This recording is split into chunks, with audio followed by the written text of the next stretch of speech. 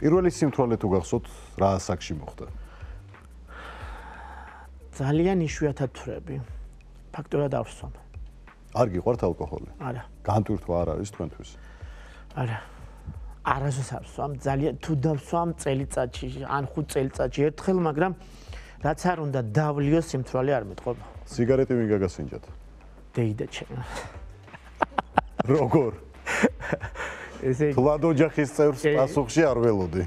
არასდროს არ მომიწევია. არასდროს მე-11 გიმნაზიაში წავედი და ექსტერნო ჩამაბარე 1 წელი. და მეგონა რომ სამეცნიერო უნივერსიტეტში კარებს გამიღებდნენ რა მე ისე ვიცოდი ქიმია და ბიოლოგია.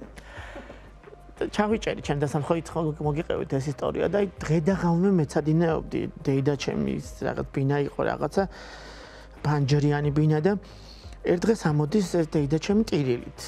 მაშინ მაწვნები რაიონიდან ჩამოქონდა და აი მაწვნის კაცმა მითხრა როგორ მეწოდებაო ის ბიჭიო რა ჭირსო ინვალიდი არისო წელიწადი რო დავდივარო და სული ფანჯარასთან რო ზისო ინვალიდი ვეგონი იმიტომ რომ არ ვდგებოდი იმ ადგილიდან და ძალიან კარგად მახსოვს მომიტანა ვოგი სიგარეტი თვითონაც მოწია ჩემთან ერთად რომ დრო ის 5 წუთი სიგარეტის მოწევაში გამეტარებია პირველი სიგარეტი დეიდა ჩემმა მოწევია რომ არ გავგიჟებულიყავ იმიტომ რომ არ ვცილდებოდი წიგს.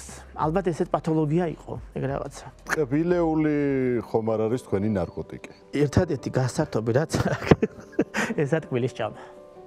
გიყვართ ხო? უარს ვერ ამბობთ. ვერა. მორიგეობაზე როცა მივდიოდი, სხვადასხვა საავადმყოფოებში თითრიანი სანამ ერთ ადგილზე ახლა გადმოვედი, ბოლო 4-5 წელია. ორი პარკი მიმქონდა სულ. ერთში 2 კილომეტრო, ერთში 3. შოკოლადები. კი. ეს 2 კილოიანი მიმქონდა ექნებთან, 3 კილოიანი მე. და დაიწყო წონის მატება. და დაიწყო. ესე იგი ამერიკაში რო სწავლობდი დავიკელი 32 კილო იქა. 100 იქ ბურგერების ფონზე? არც ერთი არ მიჭამია არასდროს.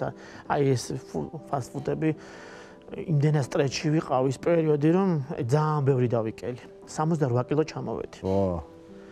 მაგრამ აი რაც მე მორიგეობები დავეწყე და ასე და ასე შემდეგ. ღამის კვება არის 112 კილო გავხდი. რამდენზე უნდა ჩამოხვიდეთ? რა არის მიზანი?